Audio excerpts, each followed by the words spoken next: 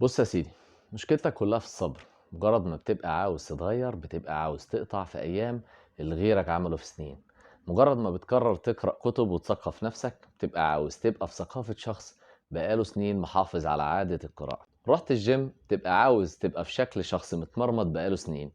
تدينت والتزمت تبقى عاوز تبقى في تقوى وإحسان شخص ملتزم بقاله سنين. سعيت واشتغلت تبقى عاوز تبقى في نفس درجة غنى شخص بدأ قبلك واتمرمط سنين. بدأت مشروع ولو حتى بسيط على النت تبقى عاوز توصل لنفس الدرجة اللي وصلها شخص بقاله سنين في الموضوع. التغيير محتاج صبر، والصبر هيعلمك الحكمة، والحكمة أمر مكتسب. الصبر مفتاحك لأي حاجة في الحياة، وعامة مش هيجيلك من الدنيا إلا اللي ربنا مقدره لك. وربنا مش هيجازيك بالشيء العظيم إلا لما يلاقي منك الأثر العظيم، والأثر العظيم مش هيجي إلا بالصبر. بس يا سيدي.